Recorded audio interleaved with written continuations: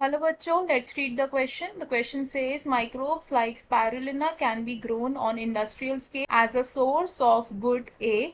Fat, B. Carbohydrates, C. Minerals, D. All of the. Question में हमसे पूछा है कि अगर हम स्पायरुलिना जैसे माइक्रो ऑर्गेनिजम्स को इंडस्ट्रियल स्केल पर ग्रो करें तो वो कौन से न्यूट्रिएंट का एक गुड सोर्स बन सकते हैं।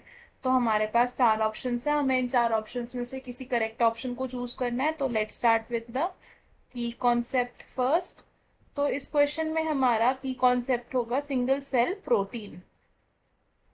Single cell protein. Single cell protein को हम और क्या कह सकते हैं, SCP। सिंगल सेल प्रोटीन क्या होता है, ये एक प्रोटीन ऑल्टरनेटिव होता है for animal and human nutrition. क्या है ये, एक protein alternative for human and animal nutrition. ये जो सिंगल सेल प्रोटीन होता है हम इसे कहाँ से डिराइव करते हैं, from the micro organisms.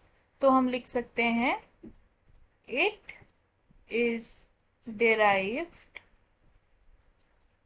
from microbes। अब सिंगल सेल प्रोटीन हम जिन माइक्रोब से डिराइव करते हैं उसके दो एग्जाम्पल्स हैं हमारे पास, स्पाइरुलिना और मिथाइलोफाइलस मिथाइलोट्रोफस।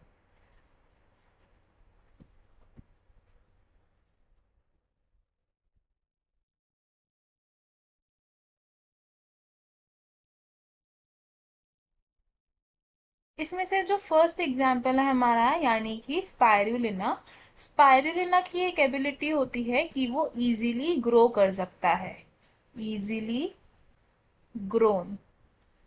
और ये कहाँ पर ग्रो कर सकता है, जो कि वेस्ट बाय प्रोडक्ट्स होते हैं हमारे वहां पर, ऑन वेस्ट बाय प्रोडक्ट्स।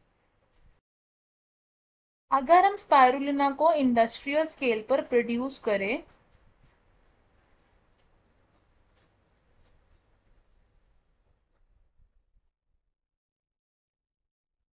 तो ये एक बहुत अच्छा फूड सोर्स बन सकता है अलग अलग न्यूट्रिएंट्स का, जैसे कि proteins, minerals, carbohydrates and vitamins. तो हम इसे क्या लिख सकते हैं, it can serve as protein, mineral, carbohydrate and vitamin enriched food, vitamin enriched food। तो हमें हमारे क्वेश्चन का आंसर मिल गया। क्वेश्चन में हमसे क्या पूछा था कि स्पाइरुलिना की इंडस्ट्रियल स्केल पर अगर हम ग्रोथ हो, क्वेश्चन में हमसे क्या पूछा था कि स्पाइरुलिना को अगर हम इंडस्ट्रियल स्केल पर ग्रो करें तो वो एक अच्छा सोर्स बन सकता है कौन से न्यूट्रिएंट का। तो हमारा आंसर क्या होगा यहाँ पर, ऑप्शन डी यानी कि ऑल ऑफ दीज। तो हम इसे लिख लेंगे, we will write option D is correct. अब देख लेते हैं कि बाकी ऑप्शंस क्यों इनकरेक्ट है।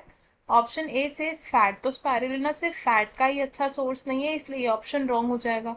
ऑप्शन बी से कार्बोहाइड्रेट, तो स्पाइरुलिना से सिर्फ हम कार्बोहाइड्रेट्स को ही एक्सट्रैक्ट नहीं कर सकते तो इसलिए ये ऑप्शन भी रॉन्ग हो जाएगा।